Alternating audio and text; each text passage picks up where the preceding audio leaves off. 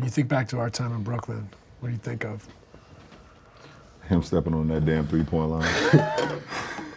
We had this That's conversation. that's one of them. That's Stepping on that damn I can't get away from it too, because they gonna repost that and tag me in it.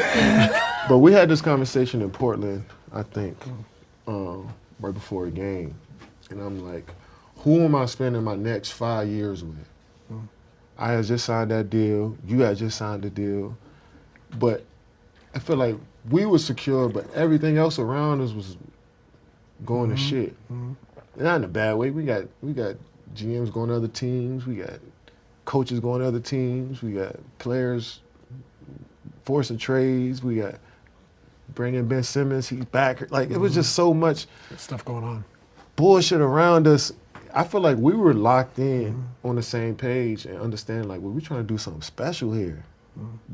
And I felt like your hands were tied a lot because you had to, as a coach, you got to deal with so much. You know Didn't get what to I'm saying? coach as much as I wanted to. That's what it was. I didn't think we didn't get the full Steve Nash like I wanted, like you probably wanted.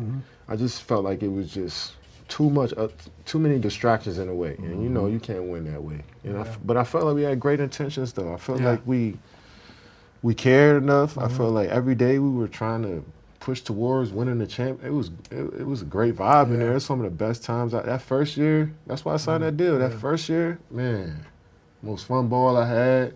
Some of the most fun ball I had playing my whole life. I enjoyed it. I enjoyed Brooklyn a lot. I love playing for Brooklyn, but it's just so much Stuff happened. around the guys that were committed to the situation. I felt like we were committed, but everybody else wasn't. It just was weird.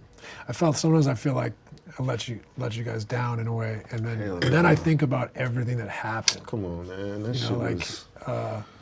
We had a 3-star roster. You know, the cap is taking 3 stars. Played 16 games together. We balled out every game we played together. You know, that's one.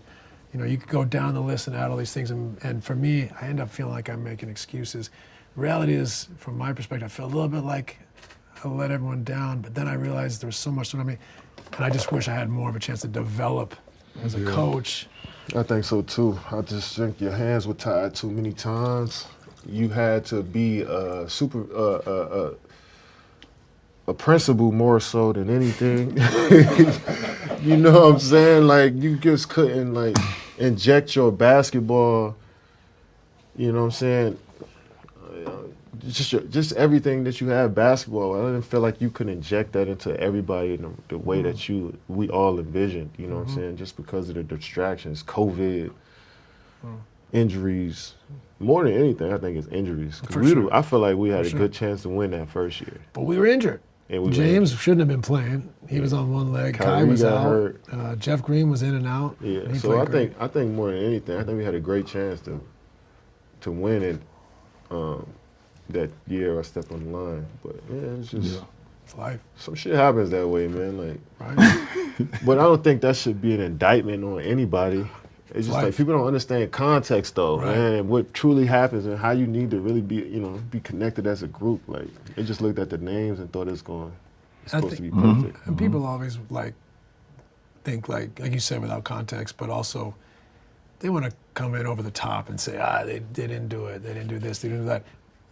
I think for guys like that go every day, like our approach to our routines, it's war.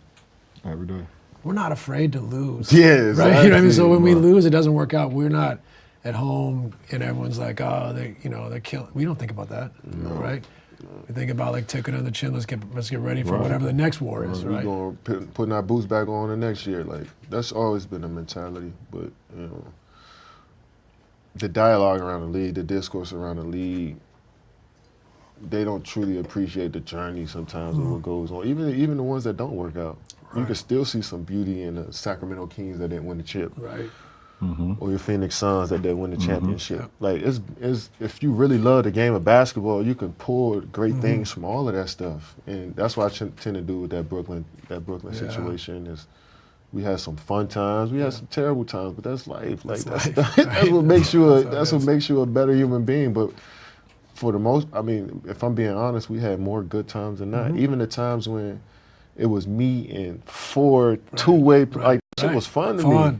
Like we were successful. Like because we locked in as a family, just us for that little 48 minutes, and like a lot of those games were like you know.